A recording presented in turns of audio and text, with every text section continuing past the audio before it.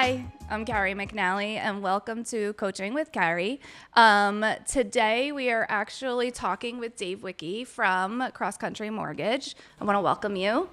Thank you very much. You're It's a pleasure to welcome. be here. Absolutely. So Dave actually works with a lot of our agents, and I love the way that you solve a lot of problems and stuff. But before we begin today and asking you some questions, tell us a little bit about you and your journey. And So again, my name is Dave Wicki from CrossCountry Mortgage. I've been in the mortgage business for 23 plus years now. Seen all markets, high, low. So I've experienced a lot just by being in the business for so long. And I've stayed in the business because I have a passion to help people. I love helping my partners, especially my realtor partners, with their business. And I really love seeing people achieve home ownership. I think it's something that is very special and can really help people, not only from a lifestyle standpoint, but from a financial standpoint too. yeah. So that's what's kept me going for 23 plus years. Yeah, me too, I think. Yeah, we get to do a lot of the similar things. So in the last few years, there's definitely been a lot of challenges within the industry, right? Within real estate and obviously with the mortgages and stuff, a lot of changes, a lot of industry changes. But I think that one of the things that I notice about you and how you help my agents is just like solving the issues and the problems. And I think that that's something that, I want to just give you some acclimates for, is the fact that I'm watching behind the scenes and see what you do. So I really appreciate those bigger pieces to get the deals done. So ultimately, we do this podcast to try and help agents, right? If they're watching, whether they're brand new or there might be experience, but maybe facing some challenges. What would you say is the most asked questions of agents today? So, a couple different things. So, when we're talking about their business, is the things to do to get business. Then, when it's dealing with a client that they have that they're working with, because they're getting asked it so much, is what are rates doing? What are home prices doing? Is now a right time to buy?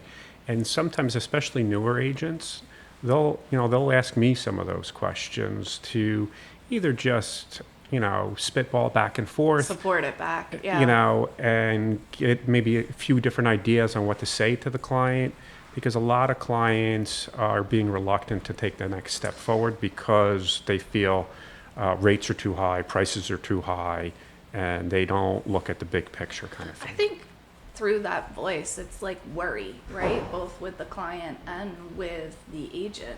It's like, am I doing the right thing? And with new agents, they're so scared because they're starting this new adventure and they don't know the answers to any of the objections that they might face, right? To Yep. reassure the client on what they're doing and what they should be doing. So it's good that you can have a platform with them to really just help them. And I think it's good too, because they'll hear it from their broker or from another agent, but when it's Reiterated, from someone who might not be within their little circle, then it just like gives a little bit more of an aha moment.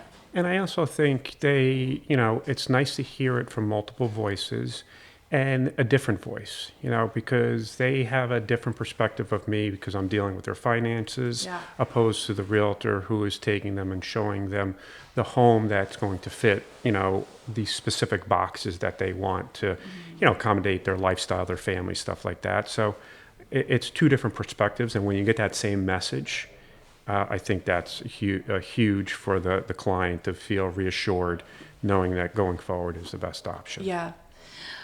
So you touched on interest rates, right? That's like probably the biggest thing that is just like this ongoing question over and over, which it is important, right? Yeah. Because it factors in what we can afford, what we can't afford. So where are we at right now? Today is what, July 28th. 28th? Yes. Okay. So where are we at right now? So right now, because of there's so many factors that go into rates, you're looking right around 6.74% on a 30-year fixed. But that's with good credit, good down payment, stuff like that. So some instances you'll be higher, And sometimes you can get a little lower too if you like put a real lot down or superior credit, stuff like that. Yeah. And then of course government loans will be less than that. But everybody, in the news talks about, your conventional 30-year fixed rates. And Yeah. that's where they're Yeah, sitting but right at about least now. that's under the 7, which is where we've been trying to get to. So, I mean, I've been hearing a lot that our rates are hopefully coming down before the end of the year, right? Are you feeling the same, or? I do not as much as I think a lot of people are hoping for, but Yeah. they are projecting to be lower, right around that 6.5% come end of year, and then hopefully through 2026 getting down to that 6% and maybe cracking that barrier. Yeah, But that would be amazing if we could crack that barrier. yeah, But to be honest, I think that if we hold at the lower 6s and more people are getting under the 7s, I think will be definitely advantageous for the market to start pushing again.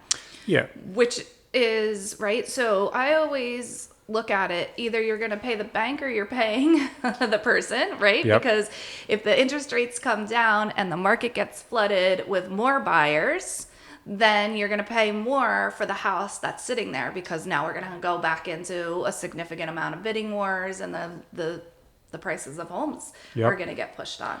yep. I always try to educate my clients, and I have a lot of programs so I could illustrate it for them, because sometimes when they see it versus just hearing it, that's Yeah. a huge help. Where if they waited 6 months or a year, and if we even took just modest appreciation and tied that to it, and couple that with what they're paying in rent, where would they be in 6 months or a year? And it always works out to their benefit to buy, even with a higher rate, because you can refinance it down the road. And I always tell my client, you could refinance the rate, but you can't buy that house that you're interested in tomorrow, because it's not going to be there. Somebody else is going to buy it. So I really love that idea. I'd love to actually do a training with the agents with those graphs that you just spoke about. Sure. Yeah, I love to do that this, coming Yeah. month, because I think that that's important for them to really see those clean numbers and to understand exactly how that all works, so that when they are articulating that to their clients, that they're more confident in it. I love that. I Yeah. definitely want to do that. Yeah, it's called a cost of waiting tool. Yeah. And we just put all the figures in, and we can manipulate them however we want. So if we want to do even a lower cost of appreciation, if somebody's, thinks, oh, the housing market's going to flatten out, I'm like, okay, well, let's look at that. Mm-hmm. So, or if they think it's going to continue to really skyrocket, and we can do side-by-side comparisons. I think that if the inventory doesn't come in, in a significant amount, and we have the interest rates go low, and we've got that influx of buyers, that we're going to see another huge push and elevate of prices, which is not going to be good in any realm. I think I right agree. now is the safest moment that we have coming left in 2025 for this moment, because we don't know what's going to happen. Everybody's anticipating that those interest rates come down, and if that inventory doesn't come in as fast as we need it to, those prices are going to go up. I tell all my clients, I said, if you have a desire to purchase a home and be a homeowner and you qualify today, there's no reason Yeah. that you should not do it. Yeah, it's now. Yeah, definitely. I completely agree. What would you say you believe is like your biggest challenge when working with agents, or maybe something that they're not educated on, or do you feel like there's something that you can put your finger on for that? That's tough, because every agent relationship I feel is different. Some really understand the finances behind what we do, like everything that we have to work through from a qualification standpoint of a client. And then there's some that either they haven't been educated, or they're just not focused on it, and they're just like, they want everything, instantly. I need a pre-approval now. Well, do you want a proper pre-approval, or Or do you just want want a piece of paper to get yeah, you? just so you can hurry up and go put that offer in? I think that voice is so big, right? So new agents, people, like, I think one of the biggest things that I maybe have a challenge of trying to help the agents is the things that they don't know. They don't know what they don't know, right? Correct. And that's so hard. They don't know where they should be in real estate as a company. They don't know what they should be asking clients. They don't know so much, and it's like trying to filter as much information as possible. But I truly think too, part of the expectation of being the agent is understanding the process of what it actually takes to actually get a mortgage. When I first got into real estate, I was only 20. And so I had no idea, none, like nothing, Right. I was renting a place, but I had no idea what it took. And I remember the frustration because I didn't realize like, well, no, this process has to happen and we have to wait for this or that, So that I think is something that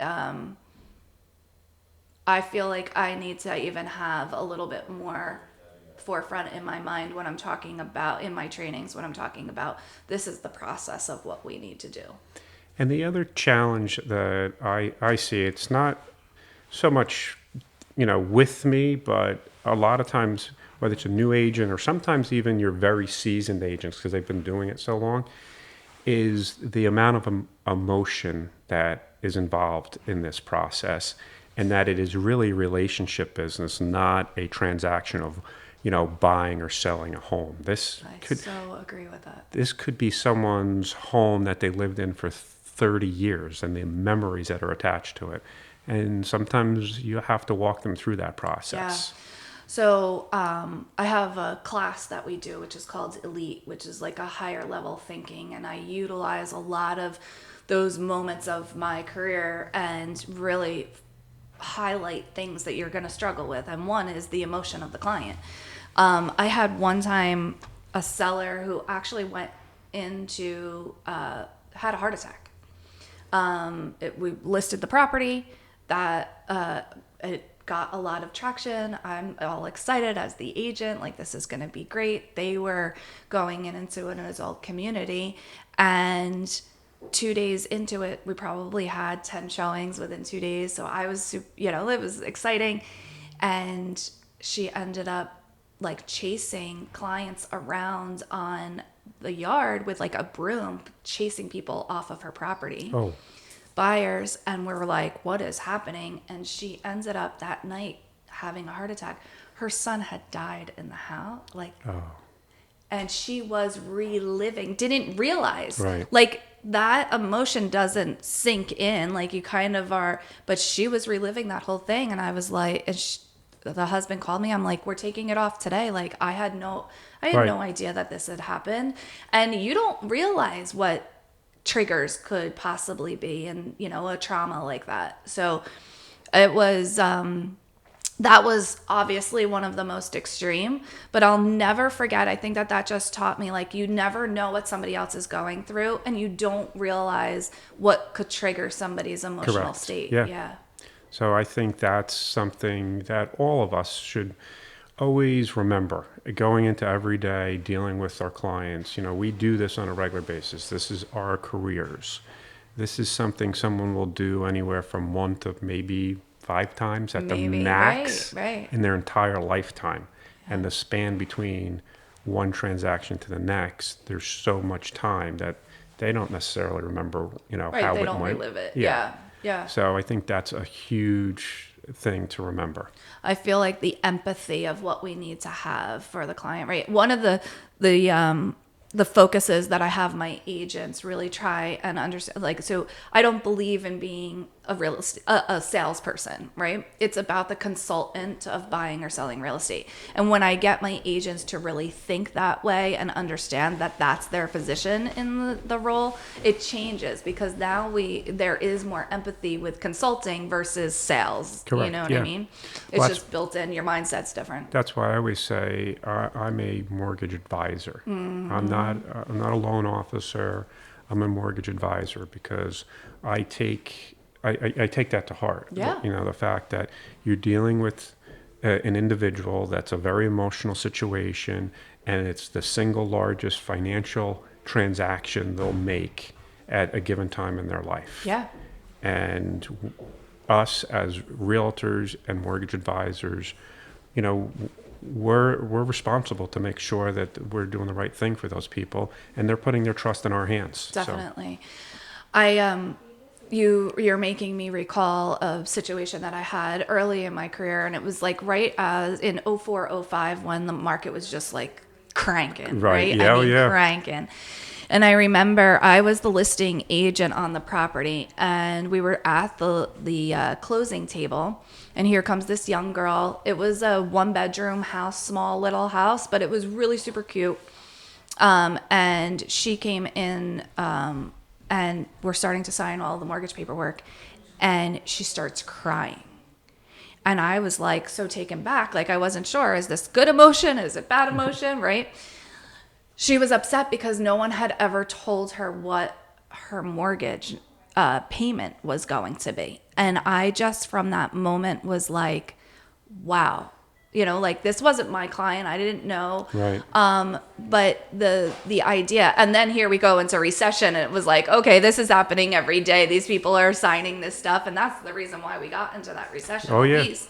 But when moving forward from that moment, I always educated my clients, don't look at just the price that you're paying for the house, because that doesn't mean anything. It's the payment that you're living in.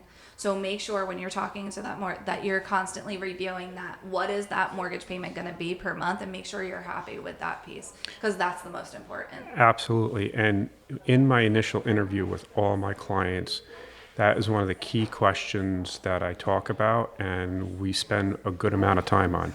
And I say, what is a comfortable monthly budget for you for your monthly payment, including everything? Your mortgage payment, your property taxes, your homeowner's insurance, if there's HOA involved, everything all combined. If I give you a number, what kind of number is going to be comfortable for you? And I always say to them, use that number and then have your mortgage guy back it out, right? So like I want $2,700 a month. Let them back it out and tell you then, okay, $2,700 a month is gonna be able to afford blah blah blah, whatever it is, right? Yeah. At the interest rate that it's at. It's more important to focus on that. I even think, when you go to buy a car today, you don't buy it for the $50,000 that the car is. You buy it for the $500 or $600 a month Yep. that it is. It's always, at the end of the day, like you said, it's your payment. Yeah. Because that's what you live month to month. That's what your budget is surrounded by. It's not, oh, I paid X for this house. Because what's the difference if you paid $300, $500, or $1 million for the house? Right. If the payment doesn't fit your budget, or if it fits your budget, then that's what we want. Yeah. And you don't want to just be living for the house payment. No. You want to like go on vacation and do some fun things and go out to dinner and not be just strapped because you got that mortgage payment at the end of the month.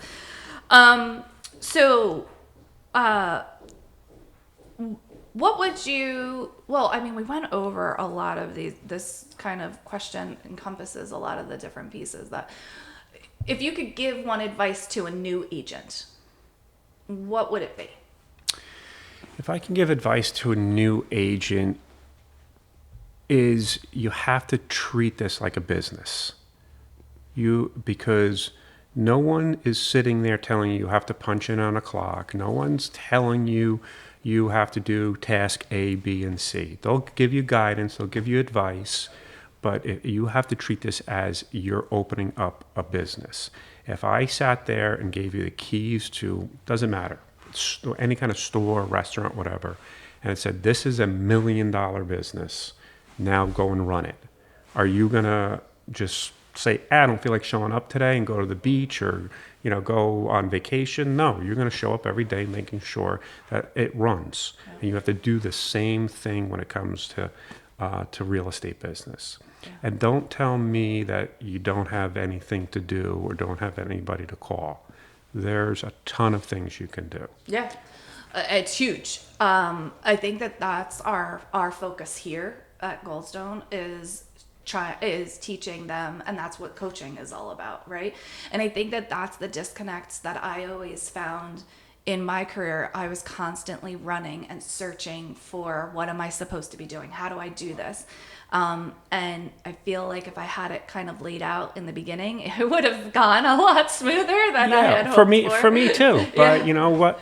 I always tell, people that I talk to, especially agents, I love helping them and teaching them. Even though Yeah. I'm on the mortgage side, I've dealt with so many agents. I've seen people succeed beyond their imaginations. I've seen people fail because of the mistakes they've made.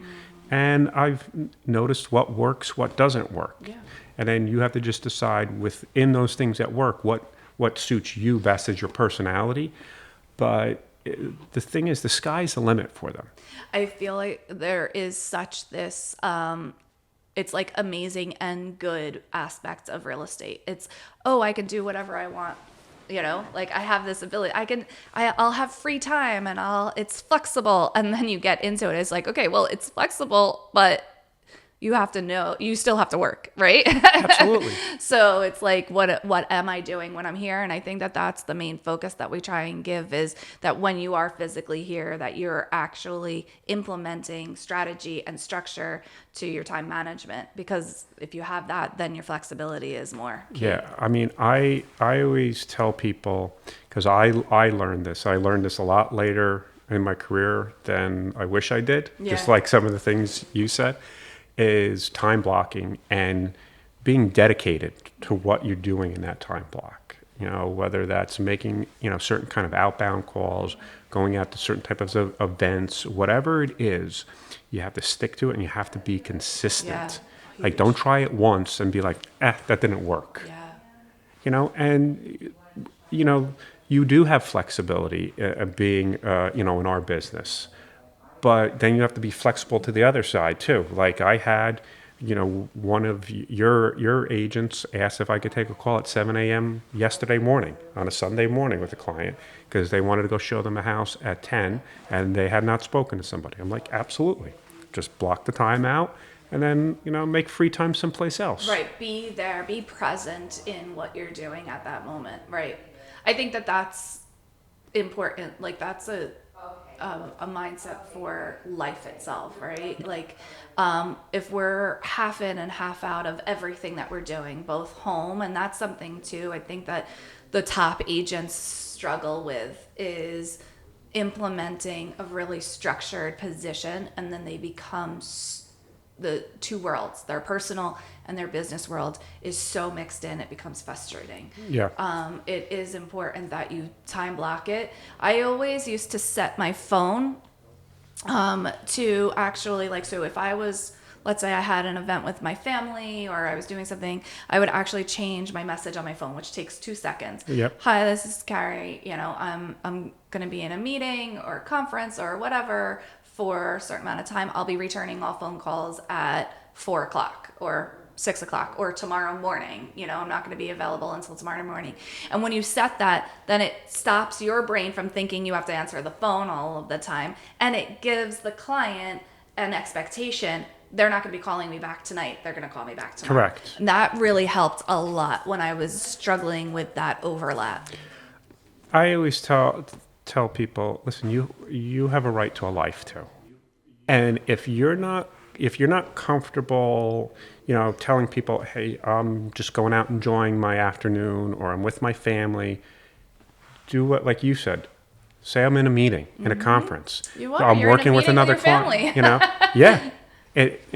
Just, they don't have to know Everything you're doing. Correct. I agree. And I think that sometimes we use guilt upon ourselves, like, oh, I'm supposed to be there immediately for every single little thing. Like, there is a time element to our business, but you also have to be protective of yourself. Correct. And I don't think truly that there's any one person out there that thinks that you should be working 24/7. That expectation is not something you can, No, not at all. So, usually I end the podcast with asking you, is there any question you might want to ask me? So what's the biggest challenge that you have dealing with mortgage professionals? Since you asked me that, I'm going to ask that in return. So I'm going to tell you, so I know that it's not your challenge because I have tested this, but it's mortgage people calling me back. It's unfortunate, and this is the number one like kind of pet peeve that I have, is that if my agents are doing business with someone, that person gets back to them or their clients. I can't tell you how many times I have had this conversation, and I know for a fact that you and I had the conversation in the beginning. I will let you into my agents and I will help and support you as long as you call them back. And all of my agents are like 100% Dave's awesome. Like I've never had any issue, but it's the weirdest. And it's one of the simplest It things. is the simplest. You have no idea how frustrating it is. And when if I'm supporting you and I'm saying, oh, you should use this guy, that voice is so important for them because they trust me and they believe in me. And then when I turn and go back to this person who didn't do the simplest task, right? And it's not about, like you're saying, 7 o'clock in the morning. My agents, they called you first to see if you would be available, Correct, yes. right? So they all know and are all respectful. So that's not 100%, yes. But I've had moments where my agents are frustrated multiple times, and then I call that person, and then they call me back like immediately because they want to talk, because they know that I'm whatever running everything. And my agent's sitting with me. It hurts even more. I bet, yeah. It does. So I think that ultimately is the biggest challenge. I think that what I love, and I said this before, one of the biggest qualities that you have that I am watching and seeing is the challenges in which you're solving at a very high level. And that to me is probably the second, like definitely you have to call back. Like you said, simplest thing you could possibly do. Like that's, A1, but, watching you actually help them. And then the feedback my agents are coming to me with, like, you have no idea what's happening. And Dave did this or Dave did that. That's amazing, because I want my coaching sessions to be super positive, and how can we build, and what are we doing next, and what projects are we doing. I don't want to be sitting there and like having a coaching session and then trying to call and get in touch with somebody because they're not calling my agents back, or the clients back, or that whole thing. So the support that you give as a partner here is huge. Well, thank you very much. Absolutely. I mean, it's an honor. I enjoy working with every one of your agents that I've been able to do so far, and love to continue meeting some additional ones and helping them, because you've created a culture here that is not common in the real estate business. Thank you. And it really shows from top down and everyone you've brought in. So thank you. Yeah, and that's another whole piece that was going on in my brain. Like, it's not like you're just helping a one-off agent here or multiple. You're helping my tops, and so you're running at a high level with multiple agents. So that's huge too. It's not one deal. It's multiple deals. So that's awesome. And not only are they appreciative, they're just really good people, and it's just a pleasure to work with them. So I'm blessed for sure. I think that because of the way that we are and how much we're involved in their businesses, that culture and that structure has just given my agents more, and you watch them actually give it back to their client. They're just it's really exciting to watch all of them building their businesses. And I love being part of that. Like, that's one of the things that really excites me, is helping an agent build their business, come up with new ideas and strategies. And, sometimes if they're a little down, help them get lifted back up and, get excited about what they're doing. Yeah. I really enjoy it. Yeah, awesome. Well, I thank you for being with us today. Well, thank you for having me. It was really good, and I look forward to all of our exciting new adventures that we have coming up. Thank you all for joining us in our podcast, and we look forward to meeting you at some point. If you have any questions for me, you can always put it into the chat, and we will absolutely answer. I wish you nothing but amazing things in your life, and good luck to you.